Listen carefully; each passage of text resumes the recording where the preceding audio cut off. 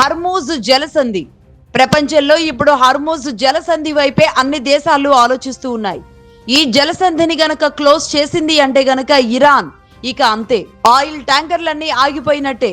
ఈ నేపథ్యంలో హర్మూజ్ లోకి షిప్పులు వస్తే గనక తగలబెట్టేస్తామంటూ ఇరాన్ ఒక సంచలన మెసేజ్ చేసింది. హర్మూజ్ జలసంధిని మూసివేస్తున్నట్లుగా ఇరాన్ అధికారికంగా ఈ ప్రకటన చేసింది. తమ అనుమతి లేకుండా ఏ ఓడ వచ్చినా సరే తగలబెట్టేస్తామని ఐఆర్జీసీ హెచ్చరించింది. ప్రపంచవ్యాప్తంగా సరఫరా అయ్యే చమురులో దాదాపుగా 20% మొత్తం కూడా ఈ మార్గం నుంచే వెళుతూ ఉంటుంది.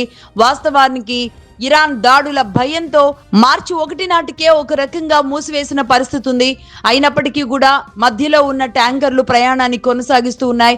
భారత్కు రావాల్సిన ట్యాంకర్ల మీద కూడా భారత్ నిఘా వ్యవస్థ పనిచేస్తోంది. యుద్ధ విమానాల ద్వారా పర్యవేక్షిస్తున్న పరిస్థితి కనబడుతుంది. భారత్ కూడా తన ట్యాంకర్లను జాగ్రత్తగా తీసుకొచ్చేందుకు ఏర్పాట్లు చేస్తున్న నేపథ్యంలో ఇప్పుడు హర్మూజ్ జలసంధి వైపు హర్మూజ్లోకి షిప్పులు వస్తే గనక తగలబెట్టేస్తామంటూ ఇరాన్ చేసిన ఈ ప్రకటనతో ఒక రకమైన భయాందోళన నెలకొనే పరిస్థితులు ఉన్నాయి. క్రూడ్ ఆయిల్ అంతా కూడా భారత్కు నిలిచిపోయింది. మార్చి 1 నుంచి 0కి పడిపోయింది. నిజానికి ఫిబ్రవరిలో రోజుకి 28 లక్షల బ్యారెళ్ల క్రూడ్ ఆయిల్ ఈ మార్గం ద్వారానే భారత్కు వస్తూ ఉంటుంది. మొత్తానికి హర్మూజ్ జలసంధి దగ్గర షిప్పుల మూవ్మెంట్ ఆగిపోవడంతో ఇది పూర్తిగా 0కు చేరుకుంది.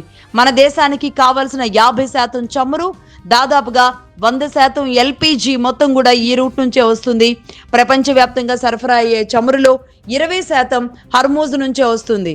మరి ఇప్పుడు హర్మూజ్లోకి నౌక వచ్చింది అంటే కాల్ చేస్తాము అన్న ఇరాన్ ప్రకటనతో మరి మిగతా దేశాలు ఏం చేయబోతున్నాయి, భారత్ ఏం మాట్లాడబోతుంది అనేది తెలియాల్సి ఉంది.